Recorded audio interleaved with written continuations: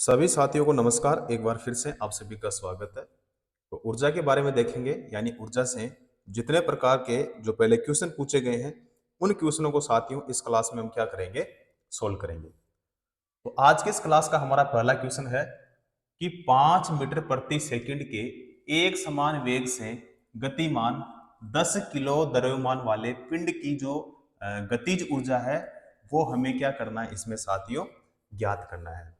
देखो, गतिज ऊर्जा का जो फॉर्मूला होता है, सबसे पहले हम देखें तो यहाँ पे गतिज ऊर्जा बराबर क्या होगा, गतिज ऊर्जा बराबर होगा 1 में क्या होता है 2 गुणा में क्या होता है द्रव्यमान, क्या होगा भाई द्रव्यमान, गुणा में क्या होगा वेग का स्क्वायर। ठीक है, गतिज ऊर्जा का मतलब हो गया काइनेटिक एनर्जी। ठीक है, 1/2 हो गया। द्रव्यमान का मतलब हो गया m इंटू में क्या हो गया वेग स्क्वायर। ठीक है, फॉर्मूला हमारा क्या रहेगा यहाँ पे गतिज ऊर्जा का, ये वाला। ठीक है, अब सबसे पहले इसमें देखें हम कि द्रव्यमान का मतलब क्या हो गया m, उसके बाद में देखेंगे हम फिर v यानी वेग। अब जो द्रव्यमान है इसमें है कि 5 मीटर प्रति सेकंड के एक समान वेग से गतिमान 10 किलो द्रव्यमान, यानी द्रव्यमान कितना है 10 किलो। ठीक है, तो 10 किलोग्राम यानी केजी। v कितना है तो यहाँ पे है 5 और मीटर प्रति क्या है सेकंड। तो हमें काइनेटिक एनर्जी बराबर क्या होगा ये बताना है। ठीक है, तो फॉर्मूला यहाँ पे क्या होगा कि काइनेटिक एनर्जी बराबर 1 में हो जाएगा 2 इंटू में m इंटू में क्या होगा v स्क्वायर। तो काइनेटिक एनर्जी बराबर 1 में हो गया यहाँ पे 2। बताओ m का मान कितना है 10 इंटू में 5 का क्या हो जाएगा यहाँ पे स्क्वायर हो जाएगा, क्योंकि v का मान कितना है इसमें 5 है। ठीक है, तो यहाँ पे काइनेटिक एनर्जी बराबर क्या होगा 5 इंटू में क्या हो जाएगा 5 और 5 इंटू 5 यहाँ पे हो गया। ठीक है, तो काइनेटिक एनर्जी का जो यहाँ पे मान आया वो कितना आया भाई 125 जूल। कितना आया 125 जूल। 125 जूल हमारे कौन से ऑप्शन में है, यहाँ पे ए ऑप्शन में है। तो साथियों राइट आंसर जो होगा वो कौन सा होगा हमारा ए ऑप्शन। क्लियर। अगला क्वेश्चन की 50 ग्राम द्रव्यमान की एक गेंद 15 मीटर प्रति सेकंड के वेग से गतिमान हो रही है, तो इसकी गतिज ऊर्जा ज्ञात कीजिए। 50 ग्राम, 50 ग्राम है तो इसको हम किस में बदलेंगे भाई किलोग्राम में। तो m कितना है यानी द्रव्यमान कितना है इसमें, तो इसमें है 50 ग्राम। 50 ग्राम इंटू में कितना हो जाएगा 50 बटे में कितना होगा तो 1000। ठीक है, कितना होगा 1000 हो जाएगा। बराबर में क्या होगा 0.05 किलोग्राम हो जाएगा। ठीक है, तो m का मान क्या आया यहाँ पे 0.05 के। उसके बाद में जो v का मान है यानी जो वेग है वो कितना है इसमें 15 और मीटर प्रति क्या है सेकेंड। उसके बाद में काइनेटिक एनर्जी बताना है। काइनेटिक एनर्जी क्या होगा, तो फॉर्मूला 1/2 और mv स्क्वायर। m का मान यहाँ पे कितना है तो यहां से हमने कितना निकाला, तो यहाँ पे 1 में क्या हो जाएगा 2 गुणा में क्या होगा 0.05 इंटू में क्या हो जाएगा 15। v स्क्वायर है तो 15 इंटू क्या हो जाएगा 15 हो जाएगा। बराबर में क्या होगा तो यहाँ पे हो जाएगा 225।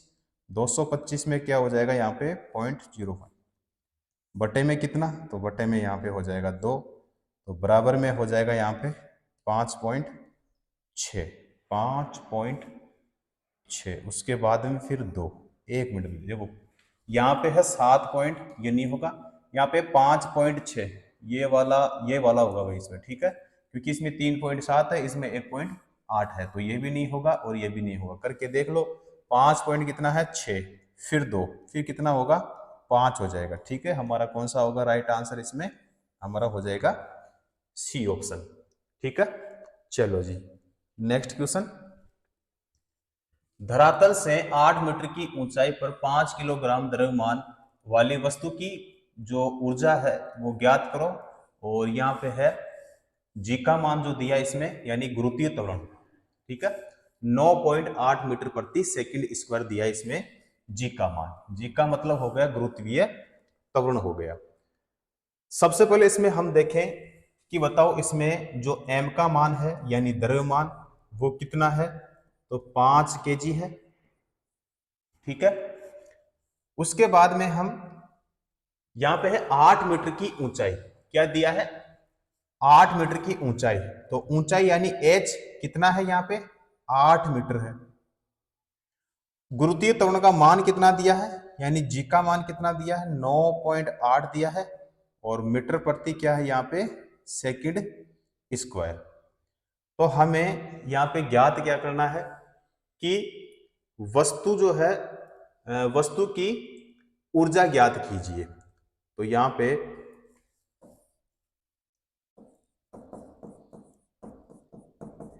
स्थितिज ऊर्जा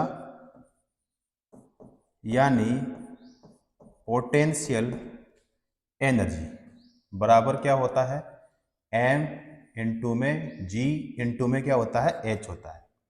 अब यहाँ पे पोटेंशियल एनर्जी बराबर बताओ m का मान कितना है, तो m का मान है यहाँ पे 5 इंटू में g का मान कितना है, g का मान यानी गुरुत्वीय त्वरण का मान कितना है 9.8। उसके बाद में यहाँ पे जो h का मान है वो कितना है यहाँ पे 8 है। तो पोटेंशियल एनर्जी बराबर यहाँ पे कितना हो गया 49 इंटू में कितना कर लो 8, ठीक है। तो दोनों को गुणा करेंगे हम, तो पोटेंशियल एनर्जी बराबर यहाँ पे हो जाएगा 392 हो जाएगा। वैल्यू किस में आएगी, वैल्यू आएगी यहाँ पे जूल में, वैल्यू किस में आएगी जूल में आएगी, ठीक है। तो यहाँ पे 392 जो है हमारे कौन से ऑप्शन में है साथियों, सी ऑप्शन में। क्लियर, कौन सा होगा यहाँ पे हमारा सी ऑप्शन। चलो जी अगला क्वेश्चन, किसी वस्तु की स्थितिज ऊर्जा किसके बराबर होती है, तो यहाँ पे आंतरिक ऊर्जा, ऊर्जा लो, चाल में परिवर्तन या वेग में परिवर्तन। यहाँ पे होगा आंतरिक ऊर्जा, यानी ए ऑप्शन जो है वो क्या हो जाएगा साथियों यहाँ पे हमारा राइट आंसर हो जाएगा। क्लियर। अगला क्वेश्चन कि एक द्रव्यमान यानी m का पिंड v यानी वेग यानी v से गतिमान है, और इसकी जो गतिज ऊर्जा है यानी काइनेटिक एनर्जी यानी k है। यदि वेग 2 गुना कर दिया जाए, वेग को कितना गुना 2 गुना कर दिया जाए, तो नई गतिज ऊर्जा क्या होगी, नई गतिज ऊर्जा हमें क्या करना है इसमें ज्ञात करना है। सबसे पहले हम देखते हैं कि यहाँ पे जो काइनेटिक एनर्जी है बराबर क्या होगा, फॉर्मूला 1/2 होगा इंटू में m इंटू में क्या होगा v स्क्वायर, ठीक है। अब सबसे पहले अगर यहाँ पे हम देखें तो देखो ये वाली जो है ये है प्रारंभिक गतिज ऊर्जा। अब यदि वेग को 2 गुना कर दिया जाए, वेग को कितना गुना 2 गुना, इस वेग को कितना गुना भाई 2 गुना, तो यहाँ पे काइनेटिक एनर्जी बराबर क्या होगा 1 में हो जाएगा 2 इंटू में क्या होगा m इंटू में क्या होगा, एक सेकेंड भी इसे कर लो, इंटू में क्या होगा m हो जाएगा, वेग को कितना गुना 2 गुना, ठीक है, यही होगा। इधर करवा देता हूं भाई एक सेकेंड। तो बराबर में क्या होगा काइनेटिक एनर्जी 1 में क्या होगा 2 m, अब v स्क्वायर है ना, तो v स्क्वायर तो इसका मान कितना हो जाएगा, क्योंकि वेग है, वेग को कितना गुना 2 गुना, तो v स्क्वायर है तो यहां पे कितना हो जाएगा 4 स्क्वायर, ठीक है। तो बराबर में कितना हो जाएगा 4 और 1 में क्या हो जाएगा 2 और m इंटू में क्या हो जाएगा v स्क्वायर हो जाएगा, ठीक है। तो यहाँ पे जो काइनेटिक एनर्जी है बराबर कितना हुआ 4, ठीक है। यानी जब वेग को 2 गुना किया जाता है तो जो गतिज ऊर्जा है वो कितनी गुनी हो जाएगी भाई 4 गुनी, कितनी गुनी 4 गुनी हो जाएगी। तो यहाँ पे हमारा कौन सा ऑप्शन होगा? राइट आंसर जो है वो डी ऑप्शन। क्लियर? अगला क्वेश्चन कि निम्नलिखित में से कौन सा विकल्प गतिज ऊर्जा वाली वस्तु को निरूपित करता है? तो एक मेज पर रखी हुई किताब, या एक विस्तारित रबर बैंड, या एक गतिमान पत्थर, या फिर एक संपीड़ित स्प्रिंग।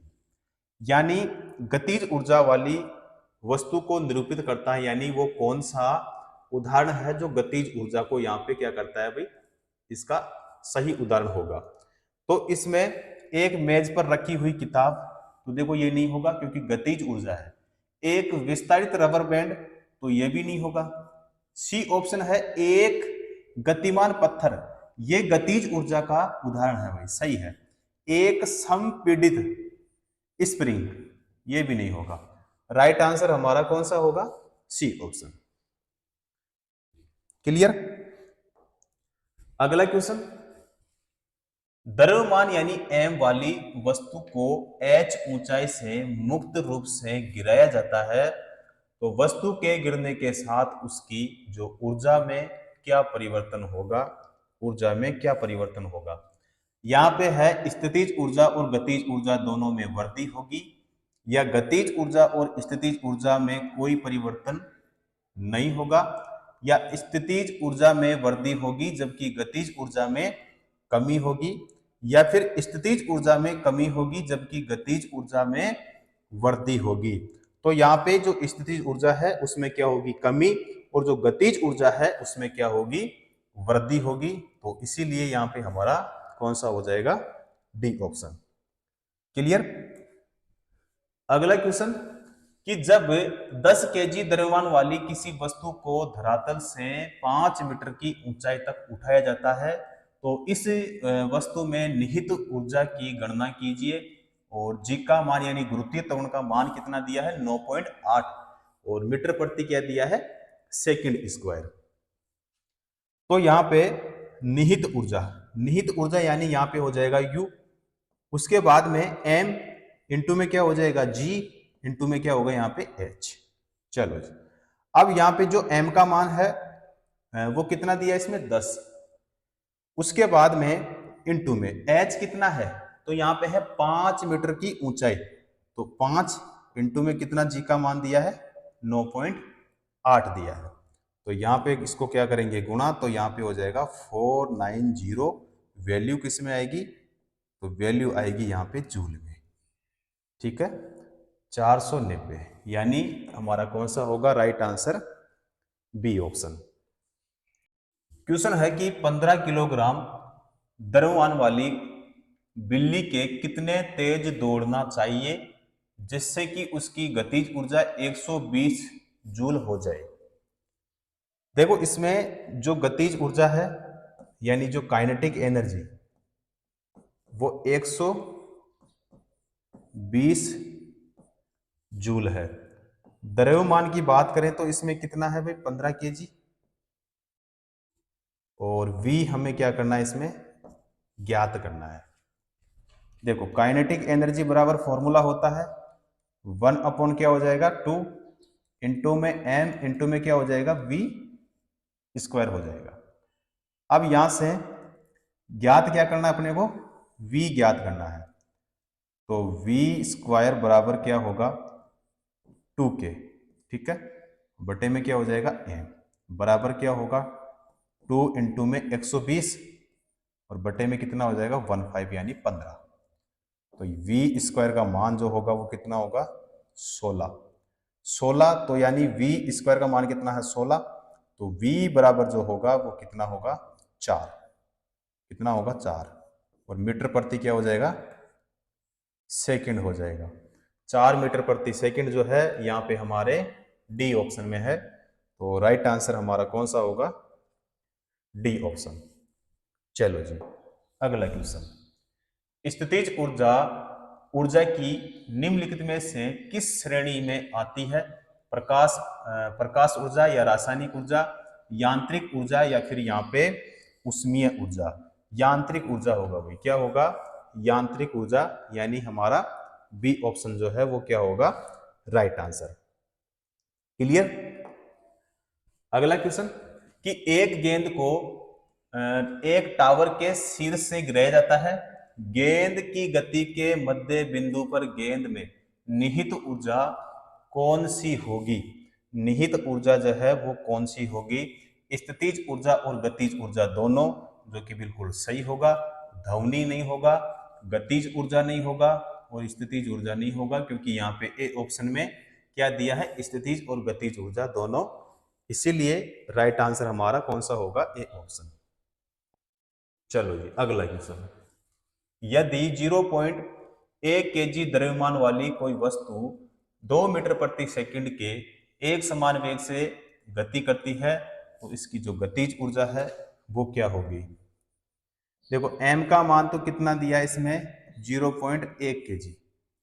उसके बाद में v का मान कितना दिया है, 2 मीटर प्रति सेकंड दिया है। काइनेटिक एनर्जी बराबर हमारे पास में हो जाएगा 1 अपॉन क्या हो जाएगा, 2 इंटू में हो जाएगा m इंटू में क्या होगा, v स्क्वायर होगा। तो यहाँ पे 1 अपॉन क्या होगा, 2 इंटू में होगा 0.1 इंटू में क्या होगा, 2 का स्क्वायर। चलो जी, तो यहाँ पे बराबर में क्या होगा, 0.2, 0 क्या होगा, जूल होगा भाई, ठीक है। और बताओ यहाँ पे हमारे कौन से ऑप्शन में है, आप कहोगे सर बी ऑप्शन में। राइट आंसर हमारा कौन सा होगा, बी ऑप्शन।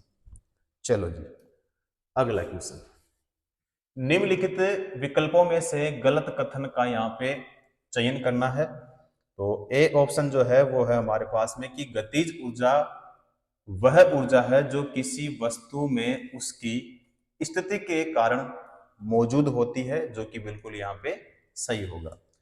अगला है कि किसी वस्तु की गतिज ऊर्जा वस्तु के द्रव्यमान में वृद्धि के साथ बढ़ती है, ये नहीं होगा। किसी वस्तु की गतिज ऊर्जा वस्तु के वेग में वृद्धि के साथ बढ़ती है, नहीं होगा। गतिज ऊर्जा वह ऊर्जा है जो किसी वस्तु में उसकी गति के कारण मौजूद होती है, यह भी नहीं होगा। कौन सा होगा इसमें हमारा साथियों, ए ऑप्शन जो है वो राइट आंसर हो जाएगा। चलो जी अगला क्वेश्चन, किसी गतिमान पिंड द्वारा उसकी गति में परिवर्तन के कारण प्राप्त ऊर्जा किस प्रकार की होती है, स्थितिज ऊर्जा या फिर नाभिकीय ऊर्जा, गतिज ऊर्जा, वैद्युत चुंबकीय ऊर्जा। तो इसमें गतिज ऊर्जा होगा, गतिज ऊर्जा यानी हमारा बी ऑप्शन जो है वो क्या होगा साथियों, राइट आंसर हो जाएगा।